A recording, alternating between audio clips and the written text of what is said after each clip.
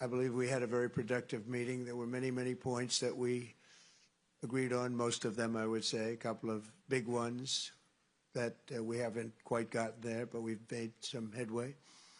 So there's no deal until there's a deal. I will call up NATO in a little while. I will call up the various people that I think are appropriate, and I'll, of course, call up President Zelensky and tell him about today's meeting. It's ultimately up to them. They're going to have to agree with what Marco and Steve and some of the great people from the Trump administration who've come here, Scott and John Radcliffe, thank you very much. But we have some of our really great leaders. They've been doing a phenomenal job.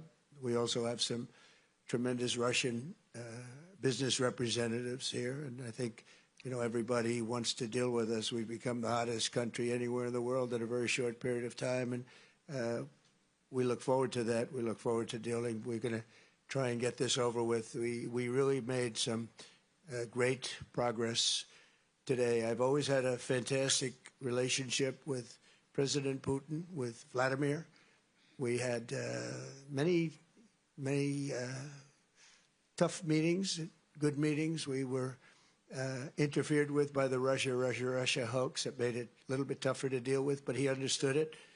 I think he's probably seen things like that during the course of his career. He's seen it all, but we had to put up with the Russia hoax. He knew it was a hoax, and I knew it was a hoax, but what was done was very criminal. But it made it harder for us to deal as a country in terms of the business and all of the things that we'd like to have dealt with. But we'll have a good chance when this is over.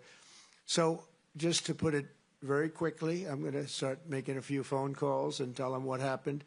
But we had an extremely productive meeting, and many points were agreed to.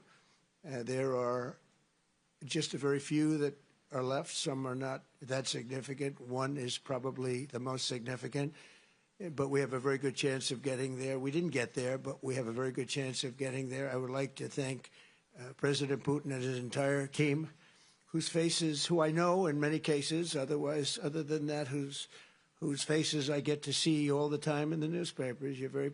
You're almost as famous as the boss, but especially this one right over here.